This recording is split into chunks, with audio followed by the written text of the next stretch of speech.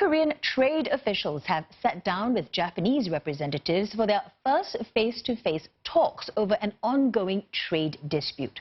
The working-level discussions began this afternoon, but as Japan warned, they would be explaining and not negotiating the tech export curbs. So it follows calls from Seoul for an international investigation into Japanese claims that South Korea allowed the exporting of sensitive materials to North Korea. Seoul's presidential office argued that it would apologize and fix any faults if an investigation revealed it had made mistakes. But if not, they would demand an apology and the immediate withdrawal of the curbs. And the row has escalated tensions between the two countries and increased anti-Japanese sentiment in South Korea. A poll released today revealed that 61% of South Koreans blamed the Japanese government for the dispute, and that almost, let's take a look at the number there, 70% would boycott Japanese products. And for more on the dispute, we're joined in studio by Rajiv Biswas, Senior Director and Asia-Pacific Chief Economist at IHS. Rajiv, thank you very much for coming in. So the question is, Japan has said that this high-level meeting that they're having is about explaining and not negotiating. What can we realistically expect from the talks then?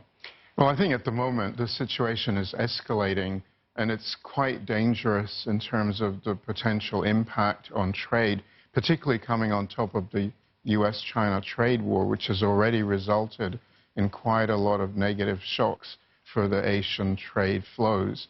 Then this developing row between two of the other big economies in the region, between South Korea and Japan, has the potential to escalate into another trade war, which is the last thing that Asia needs right now. So we're going to expect anything from the talks? I don't think there's anything imminent going to come out of the talks in terms of diffusing the problem, because these talks are more intended towards explaining from the Japanese side the reasons why they've imposed these measures.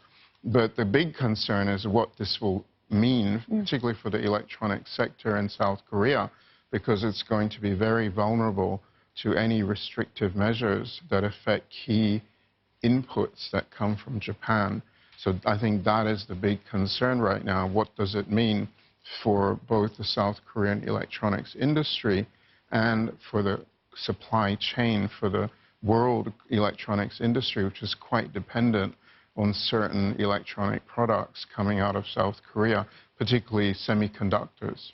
Yeah, so saying that the curbs will affect South Korean firms, no doubt. But the question is, how can Japan take but the question is, how far can Japan actually take this, especially given recent export figures and economists predicting that, Japanese exports, they fell again, in June? Yeah, Japan's exports have been falling because of the US-China trade war. We've seen very weak numbers throughout this year. So this, of course, is another negative for Japan, but also for South Korea, which has also been seeing quite negative exports all year. And the South Korean economy is also struggling. And the problem is that Japan has actually indicated that it may actually escalate measures in August on South Korea. So that's another ramping up that's already been signaled by Japan. So the question now is, will South Korea retaliate?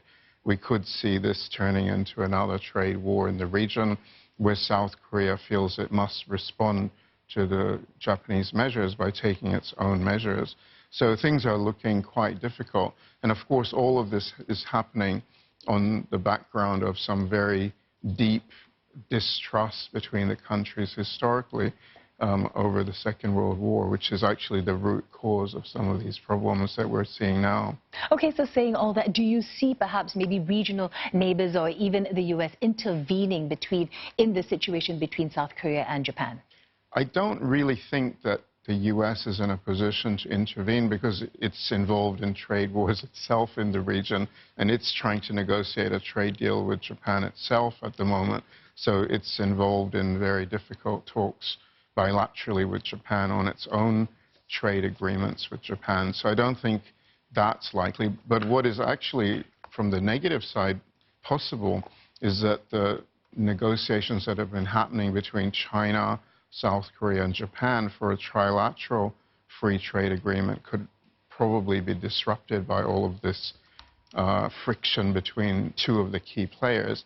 So I think it's actually quite negative for some of the regional trade liberalization momentum that has been building up in the recent past, because we're talking about two of the biggest players in the region in terms of big economies. And so I think the momentum for trade liberalization in the Asia-Pacific could be damaged if this row escalates further. Right, so expect for some stormy weathers ahead. Thank you so much, Rajiv Biswas, the Senior Director and Asia-Pacific Chief Economist at IHS.